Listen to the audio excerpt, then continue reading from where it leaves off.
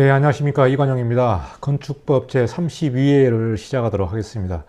좀 순서를 바꿔서 일조권을 먼저 건축법 해설에 좀 앞에 놓고 좀 강의를 해보도록 하겠습니다.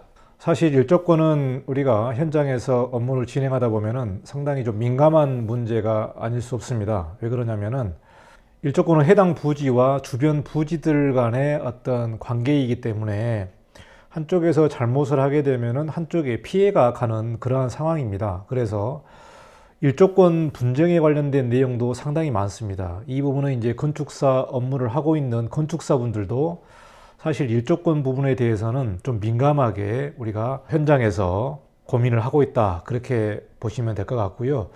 사실 제가 유튜브 영상에서도 일조권 관련된 징계 내용을 제가 한번 올린 적이 있습니다. 왜 그러냐면은 사업 부지하고 북측의 땅과의 어떤 레벨 차이라든가 그 문제에서 발생되는 게 상당히 많습니다. 남쪽 대지와 북쪽 대지의 레벨이 같다면 큰 문제가 없는데 북쪽 대지와의 레벨 차이가 많을 경우에는 그 레벨 차이를 측량을 해서 정확하게 우리가 설계 업무를 해야 되지만은 사실 현장에서 그냥 줄자로 이렇게 재고 자기가 실측을 하게 되면 100% 오차가 발생할 수밖에 없습니다. 그래서 제가 누누이 강조하는 거는 이 현장에 대한 레벨이라든가 조건을 면밀히 좀 살펴봐야 되고, 그리고 일조권이라는 것이 북쪽하고의 관계가 있는데 대지의 형상이라든가 도로의 조건이라든가 이런 내용들이 워낙 복잡하기 때문에 또 인허가를 낼 때 담당 공무원하고 협의를 해야 되는 게 필수적입니다. 그 증거를 또 남겨둬야 되고요.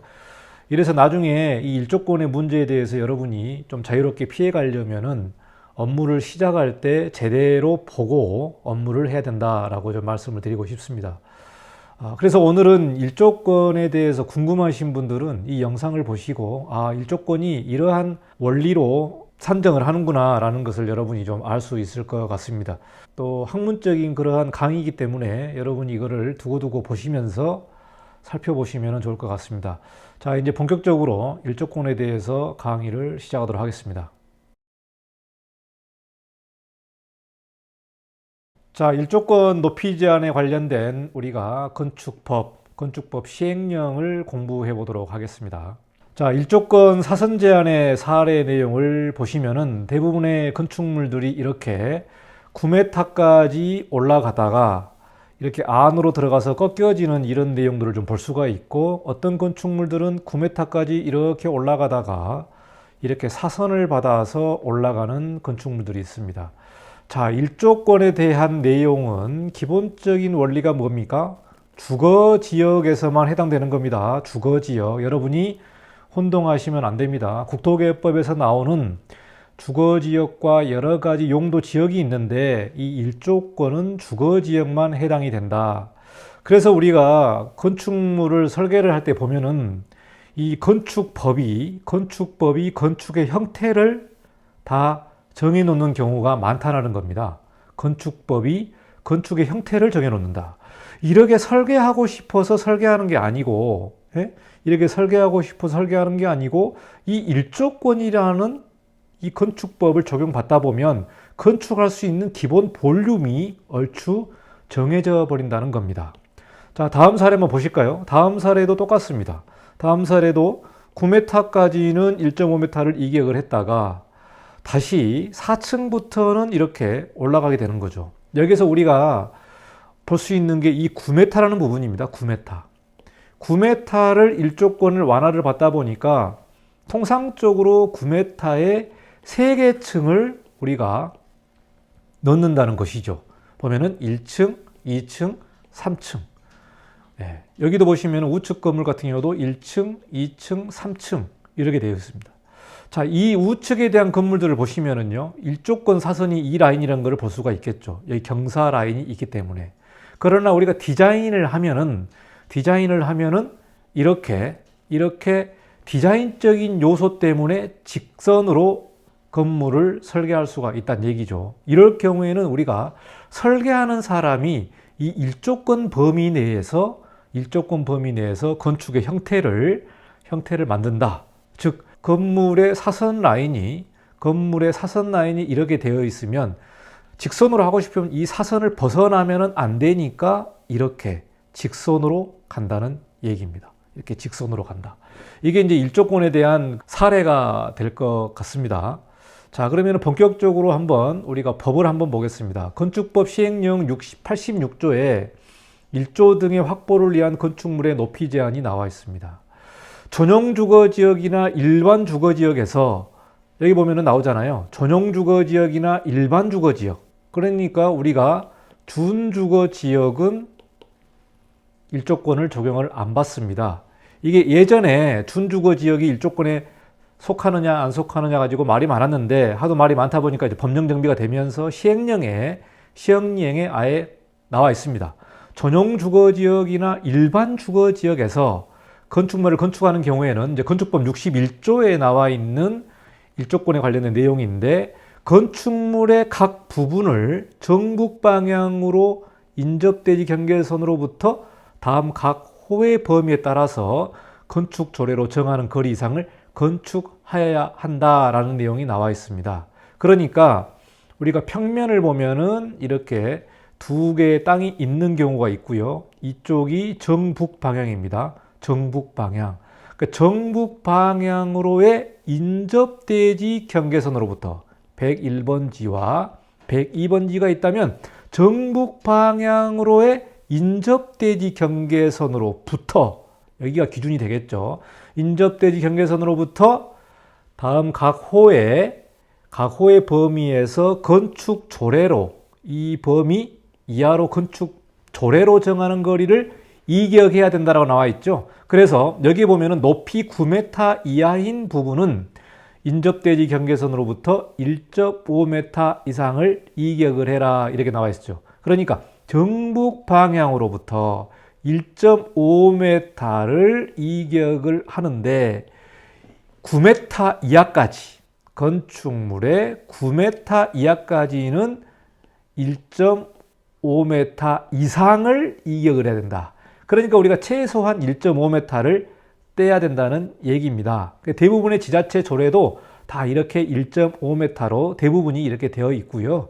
건축 조례를 보시면 이제 확인을 할 수가 있습니다만은 이거를 단면으로 그리면 어떻게 되느냐? 건축물의 높이가 이렇게 높이가 있죠. 높이가 있고 인접 대지 경계선이 있으면 이 인접 대지 경계선으로부터 1.5m를 이격을 하고 9m까지를 우리가 계획을 할 수 있다. 이 내용이 되겠습니다. 그러니까 어떻게 됩니까? 9m를 세 개 층을 우리가 계획을 하다 보니까 3m, 3m, 3m 이렇게 갈 수도 있겠죠. 그러나 이 주거지역에서 짓는 다세대 주택이라든가 이런 내용들을 보시면은 1층에 주차장, 필로티 형식의 주차를 하게 됩니다. 그러면 우리가 주차의 규정에서 2.3m를 통로를 확보하고 그 위에 또 보호가 내려오고 기타 설비가 내려오면은 이 층고가 3m로 해결이 안 돼요. 3m로 해결 안 되고 대략 한 3.2m 정도는 해야만 우리가 차를 주차할 수 있고 통로가 나올 수 있다. 이 내용이 되겠죠. 그러면 1층이 3.2m로 잡아먹었으니까 나머지 두 개 층에서는 2.9m, 2.9m 이렇게 우리가 층고 계획을 할 수가 있습니다. 자, 그리고 두 번째 호를 보면은 높이 9m를 초과하는 부분은 인접대지 경계선으로부터 해당 건축물 각 부분의 높이의 2분의 1 이상 이격을 해라. 2분의 1 이상 이격을 해라. 여기서 뭐예요? 인접대지 경계선으로부터 해당 건축물 각 부분의 높이의 2분의 1 이상을 떼야 되기 때문에 우리가 4층을 짓는다. 4층이면은 3m 해서 12m라고 올라가겠죠. 12m로 올라가게 되면은 4층의 높이가 12m일 거 아니에요. 12m의 2분의 1 이상이니까 최소 2분의 1을 떼야 되겠죠. 12m의 2분의 1이면 6m죠. 6m, 즉 북측 인접대지 경계선으로부터 4층에 2분의 1이니까 6m를 이격을 해야 되죠. 그러니까는 여기서 6m를 이렇게 이격을 하든지 아니면 각 부분으로부터 6m니까 이렇게 사선이 만들어진다는 얘기입니다. 사선이. 그러니까 이게 4층이 이 범위 내에서 우리가 건축할 수 있다. 그러면 5층 같은 경우는 3, 5, 15, 15m니까 우리가 2분의 1이면 7.5m잖아요. 그럼 여기서도 1.5m, 여기서 이렇게 7.5m를 떼니까 이런 식으로 이격이 된다는 얘기입니다. 이해하시겠죠? 그래서 1.5m까지는 우리가 완화를 해주겠다. 1.5m까지는 건축물을 9m까지 이격을 해라. 이렇게 완화를 해주겠다는 얘기고요. 그 외에는 2분의 1 이상을 이격을 해야 된다라는 내용이 되겠습니다. 자, 우리가 여기서 쉽게 우리가 편하게 지금 이제 봤습니다만은 어떤 내용이 있냐면은 정북이 이제 복잡해지는 땅들이 있어요. 사실 이렇게 깔끔하게 나오는 땅들은 별로 없습니다. 깔끔하게 나오는 정북 방향이 이제 깔끔하게 나오는 땅이 별로 없다는 얘기죠. 즉 뭐냐면 정북 방향이 이렇게 101번지, 102번지에서 이렇게 깔끔하게 딱 인접대지 경계선이 북쪽으로 되는 경우가 거의 없다는 얘기예요. 우리 현실에서는 거의 없다는 얘기입니다. 그래서 우리가 땅을 보면은 이렇게 생긴 땅들이 있죠. 만약에 101번지와 102번지가 이렇게 틀어져 있는데 정북 방향이 이런 식으로 되어 있단 말입니다. 정북 방향이. 예. 이렇게 틀어진 경우들이 많겠죠. 땅이. 우리가 토지 이용 계획 확인원을 떼보면은 이런 땅들이 많다는 겁니다. 이런 경우에는 우리가 법에서 여러분이 헷갈리시면 안 돼요. 이게 왜 헷갈리냐면은 처음 보시는 분들은 뭘 헷갈리냐면은 1.5m를 이격을 해라 이렇게 얘기하니까 정북에 정북 101번지를 볼 경우에 101번지에 이렇게 정북하고 있으니까 이 대지 경계선으로부터 1.5m를 떼는구나 라고 생각하는 분들이 있단 말입니다. 인접대지 경계선으로부터 1.5m를 떼라. 이거를 헷갈리게 보시면 그렇게 되는 거예요. 네? 정북 방향의 인접대지계, 정북 방향에. 그러니까 이렇게 떼서 건축물을 설계를 하게 되면 잘못된다는 겁니다. 이게 아니고 정북 방향이니까 어떻게 되죠? 정북 방향이니까 이게 정북 방향이라는 거예요. 이게 정북 방향이기 때문에 정북 방향에서 이렇게 1.5m를 떼야 된다는 겁니다. 정북 방향에서 1.5m 떼야 되니까 여기서 1.5m, 1.5m 이렇게 다 떼야 될 거 아니에요? 이걸 쭉 이으면 이 대지의 경계선과 수평이 되겠죠.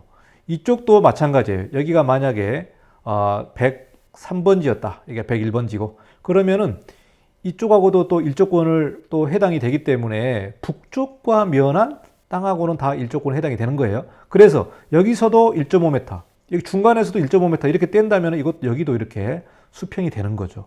건축물이 이런 식으로 앉혀질 수밖에 없다라는 겁니다. 이거를 혼동하시면 안 됩니다. 정북이 딱 인접대지선과 만나는 경우가 있는데 이런 경우는 쉽죠. 이런 경우는 아주 쉬워요. 그러나 정북 방향이 이렇게 사선으로 틀어져 있고 또 땅 모양이 복잡하게 된 경우가 있기 때문에 이거는 우리가 건축사 업무를 하고 계시는 설계사무소에서 면밀하게 검토를 하는 것이지 우리가 건축을 아무도 모르는 일반 분들이 보기에는 좀 어려운 거죠. 예. 그리고 처음 또 보는 우리 학생분들도 좀 어렵다는 얘기입니다. 그래서 이 부분이 여러분이 혼동하시면 안 된다라는 것을 좀 말씀드리고 싶고요. 자, 그리고 제가 이제 원칙을 말씀을 드렸죠. 원칙. 자, 두 번째 내용이 뭐냐면은 다음 가구의 어느 하나에 해당하는 경우에는 1항을 적용하지 아니한다 그러니까 일조권을 면제해 주겠다. 적용하지 아니한다는 것은 면제를 해주겠다는 거죠. 적용을 안 받는다라는 얘기입니다. 그래서 다음 강목의 어느 하나에 해당하는 구역, 가목, 나목, 다목, 라목 이 해당하는 구역 안에 대지 상호간에 건축하는 건축물로서 해당 대지가 너비 20m 이상의 도로인 경우에는 일조권을 해당하지 않습니다. 자, 너비 20m 이상 도로에 접한 경우가 나와 있죠. 접한 경우. 여기에 이제 그 도로와 건축이 금지된 그러한 지역들이 있죠. 자동차, 보행자, 자전거 전용 도로를 포함하며 도로의 공공녹지, 녹지, 광장, 그 밖에 건축 미건에 지장이 없는 도시, 군, 계획 시설이 접한 경우 해당 시설을 모두 포함한다라고 나와 있습니다. 그럼 어떤 지역이냐?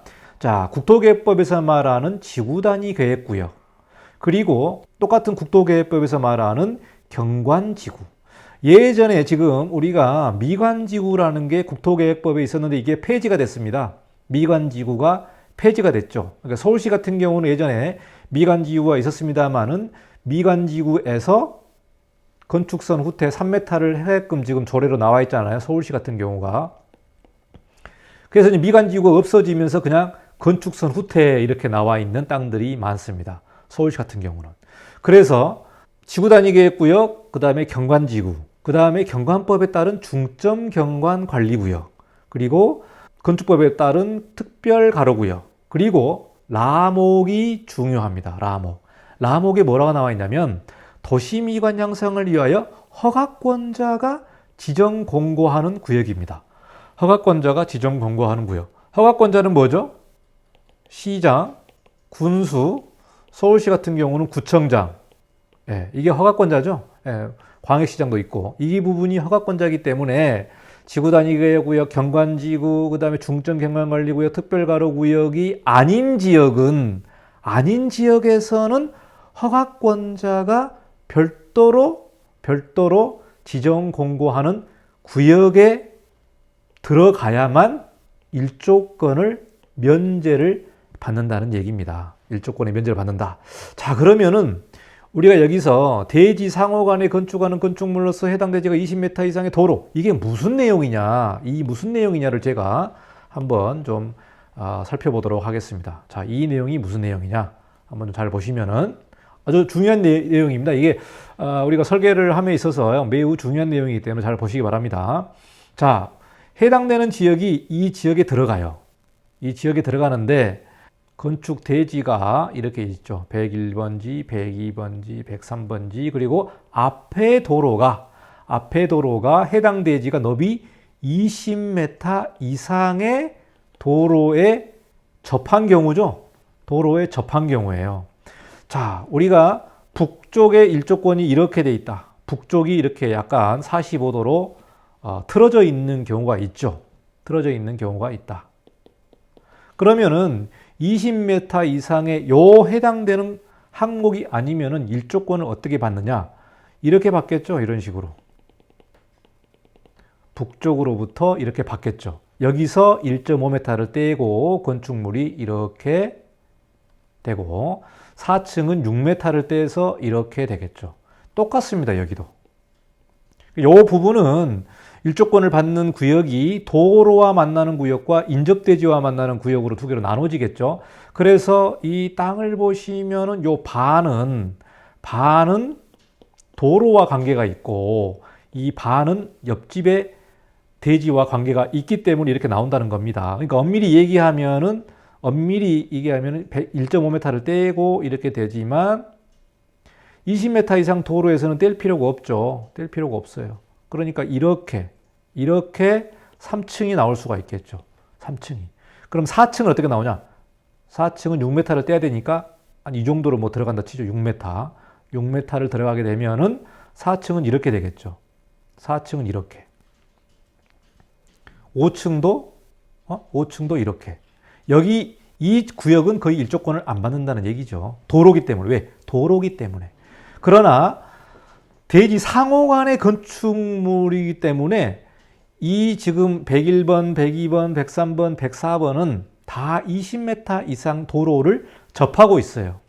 접하고 있고 지구단위계획구역, 경관지구, 중점관리구역, 특별가로구역, 그 다음에 구청장이 별도로 고시를 통해서, 중요합니다. 별도로 고시를 통해서 지정구역이라고 고시로 발표했을 경우입니다. 발표했을 경우이면서 뭡니까?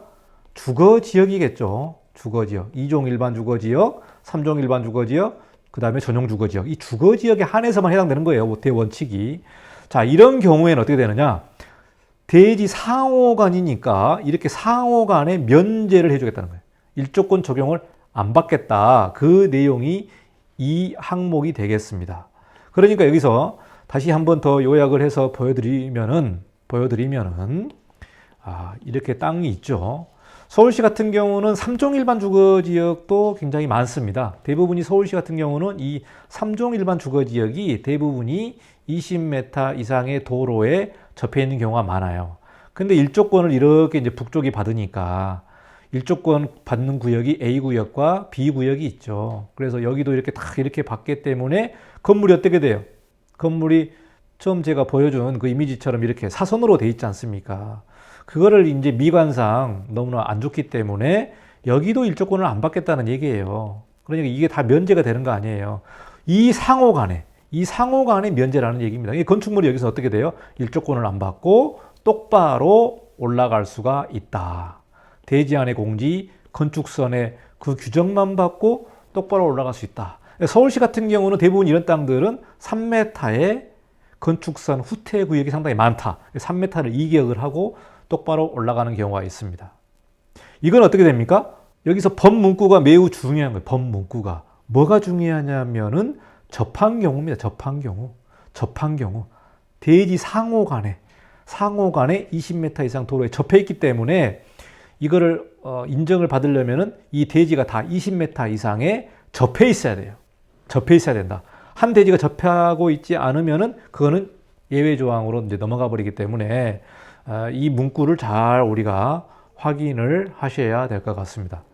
여러분 혼동되시면은 이 법문구를 그대로 좀 살펴보고 잘 좀 보셔야 될 것 같습니다. 자, 여기까지 건축법 32회 일조권에 대한 강의를 마치고요. 영상이 너무 길어져서 33회에서 나머지 부분을 강의하도록 하겠습니다. 감사합니다. 이관영이었습니다.